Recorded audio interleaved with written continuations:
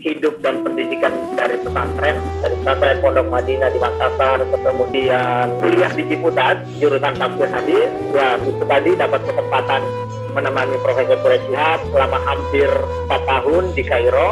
Di Kairo selain bekerja, saya juga mendaftar sebagai mahasiswa S2 jurusan tafsir wa ulumul Quran, tetapi karena kesibukan di kedutaan sebagai staf beliau, sebagai sekretaris beliau, saya tidak bisa menyelesaikan kuliah S2 saya di Kairo. Itu kuliah S2 saya yang gagal yang pertama. Balik ke Jakarta, tempat kuliah reguler S2 di jurusan tafsir Ciputat, tawaran lain kemudian datang, yaitu program beasiswa Interdisciplinary of Islamic Studies. Kebetulan karena beasiswa, saya tinggalkan yang reguler. Di program-program awal, lulus beasiswa ke Leiden, Belanda. Kuliah di luar negeri dan di dalam negeri, walaupun yang Interdisciplinary of Islamic Studies itu juga dalam bahasa Inggris. Pilihan praktis begitu, mungkin buat siapa saja akan memilih ke Belanda, ke Leiden. Jadi saya tinggalin lagi Interdisciplinary of Islamic Studies. Jadi udah 3 program S2 yang tidak selesai. Di Belanda, alhamdulillah sudah berjalan 1 semester. Lulus lagi mendapatkan beasiswa Fulbright ke Amerika.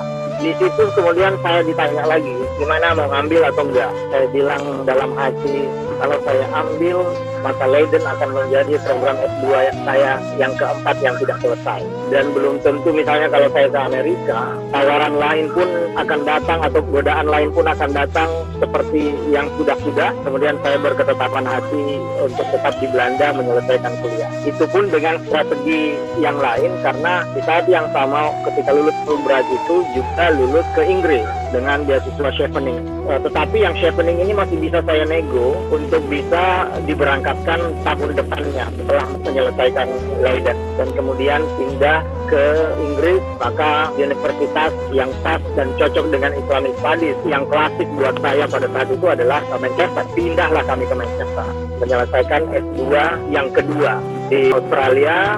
Berangkat tahun 2006, 2007-nya saya juga alhamdulillah mendapatkan beasiswa untuk S3 di Australia. Itu menjadi spesial buat saya karena kita harus berkompetisi menyingkirkan calon-calon lain yang bukan sesama orang Indonesia. Harus menyingkirkan bule-bule, mahasiswa-mahasiswa terbaik khususnya di berbagai universitas di Australia untuk mendapatkan beasiswa di perguruan tinggi Australia yang ternama seperti ANU, nomor 1 di Australia, Australian National University. Alhamdulillah dapat tempat, dapat 1 seat untuk beasiswa, dan jadilah kami sekolah menyelesaikan S3 di Australia.